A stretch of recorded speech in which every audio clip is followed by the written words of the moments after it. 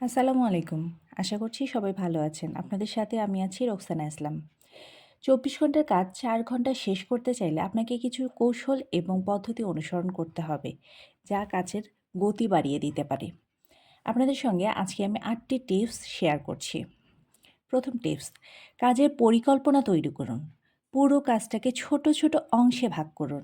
কোন কাজটি বেশি গুরুত্বপূর্ণ এবং সাময়িকভাবে তা নির্ধারণ করুন এবং আগে সেটা সম্পন্ন করুন। ২ নাম্বার, কাজের প্রাধান্য দিন।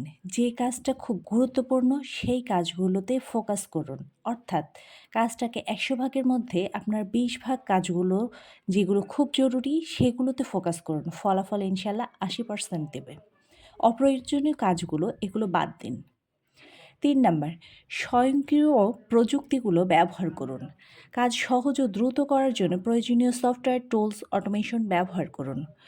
যেমন ধরেন এক্সেল শিট, মাইক্রোসফটের যে টুলসগুলো আছে, এসইও টুলসগুলো আছে, এগুলো আমাদের দৈনন্দিন জীবনে কাজগুলোকে অনেক সহজ করে দেয়। ৪ নাম্বারে যেটা বলব সেটা হচ্ছে ডিপ ওয়ার্ক। ডিপ ওয়ার্ক পদ্ধতিতে অনুসরণ করুন। মনোযোগ ধরে রাখার কাজ করুন। কোন ধরনের কাজ মনোযোগটা বিঘ্ন ঘটাতে পারে সেগুলোকে এড়িয়ে চলুন। ফোন নোটিফিকেশনটা বন্ধ রাখুন। নিরিবিলি জায়গায় মনোযোগ দিয়ে কাজ করার চেষ্টা করুন। ৫ নাম্বারে যেটি বলবো সেটি হচ্ছে টিম ওয়ার্ক বা আউটসোর্সিং। যদি সম্ভব হয় কাজটা টিম মেম্বারদের মধ্যে ভাগ করুন। ফ্রিল্যান্সিং বা বিশেষজ্ঞ কাউকে আউটসোর্স করেও কাজ দ্রুত সম্পন্ন করা যায়। ৬ নাম্বারে যেটা বলবো সেটা হচ্ছে সময় সীমা দিন। কাজের জন্য নির্দিষ্ট সময়সীমা তৈরি করুন। সময়সীমার মধ্যে কাজটা শেষ করার চেষ্টা করুন। ৭ নাম্বারে যেটা বলছি, কাজে বিরতি নিন। আপনি একটানা অনেকক্ষণ কাজ করছেন, না, এতে রেজাল্ট ভালো আসবে না।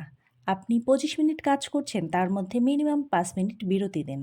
এতে আপনার ৫ মিনিট পরে যখন কাজ শুরু করবেন, মনোযোগটা আবারও আসবে। ৮ নাম্বারে যেটা বলছি, অনুশীলন এবং দক্ষতা বৃদ্ধি করুন। কাজের দক্ষতা বাড়ানোর জন্য নিয়মিত অনুশীলন করুন এবং নতুন, নতুন টেকনোলজি, নতুন, নতুন কৌশলগুলো অবলম্বন করুন।